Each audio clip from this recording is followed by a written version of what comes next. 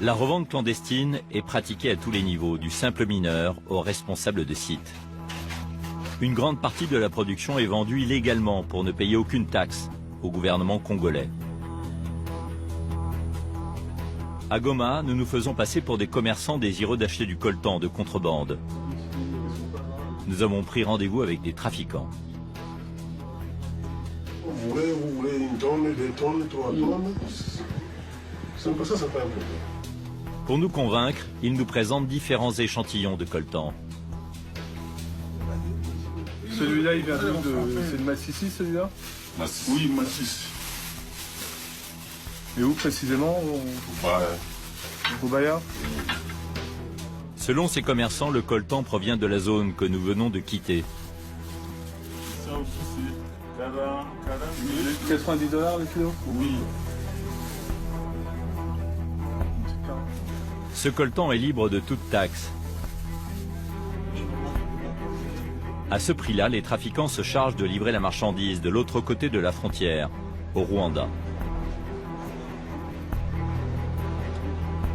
Ce pays est régulièrement accusé de stimuler sa croissance économique grâce aux minerais de contrebande en provenance de la RDC.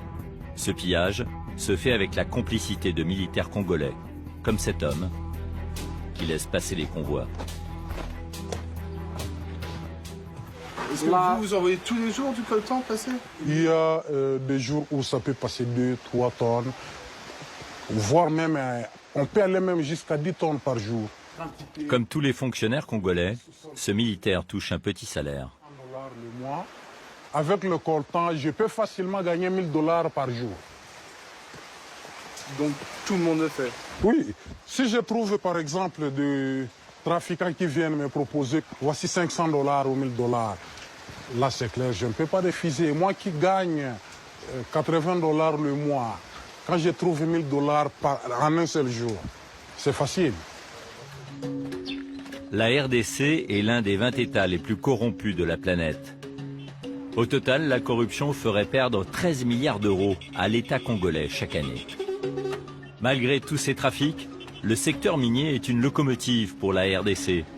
Grâce à lui, le pays a connu une croissance de près de 6% en 2018.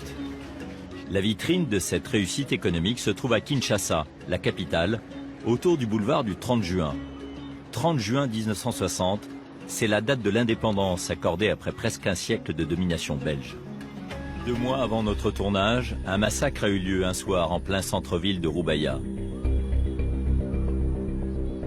3 assaillants ont attaqué les habitants à coups de machette.